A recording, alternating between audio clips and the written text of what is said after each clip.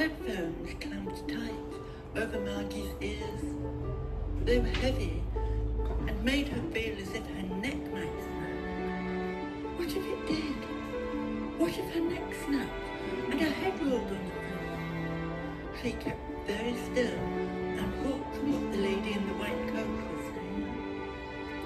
Now, dear, I'm going to give you these coloured beads to look at. Aren't they pretty? You must listen very carefully. Every time you hear a beat through the headphones, I want you to put a bead